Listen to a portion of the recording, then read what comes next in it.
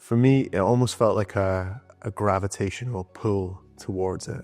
It didn't matter what I did or how hard I tried. It felt like I was always just going to end up back where I started. I first looked at porn when I was in my early teens. There was just this compulsion to go back again and again, and I tried really hard. I prayed. I would redouble my efforts to read my Bible. I tried to be the best Christian I could be, but inevitably I'd find myself looking at it again. I wasn't actually letting anyone else in. This was still hidden. This was still something that I was going to deal with on my own. I was going to figure this out. I remember one day I was at home with my wife and I felt like the Lord say to me, you need to tell her the truth. You need to tell her what's going on with this.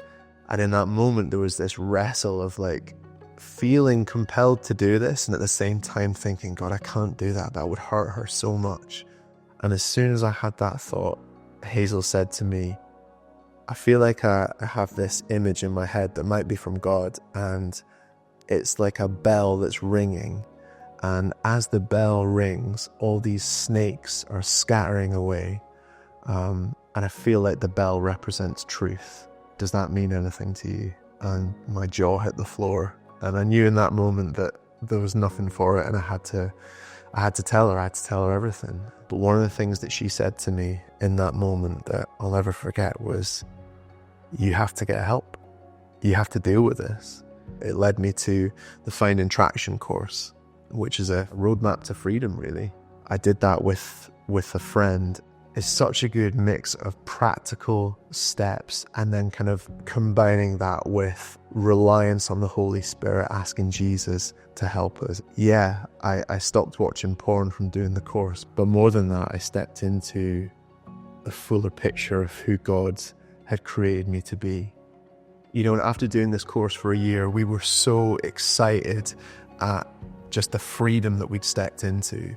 We opened it up to men across all of our sites, and we've been running that for about a year and a half now, and it's just been incredible. And having that space where you can just tell other people like the worst stuff, you know, the things that you cringe at and you just think, I don't want anyone else to know this. But when you're able to be open about that, and you're not able just to share that, but you're met with love and acceptance and encouragement, and these guys are just cheering you on. Like, there's nothing like that. It's amazing.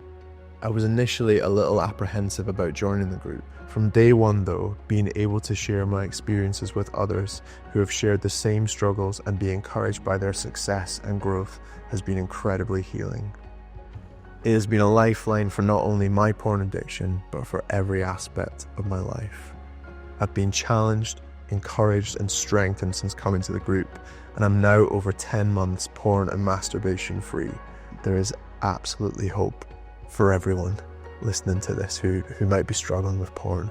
That hope and that freedom and that healing is there for the taking for anyone who is willing to be bold and to step up and say, hey, I need help.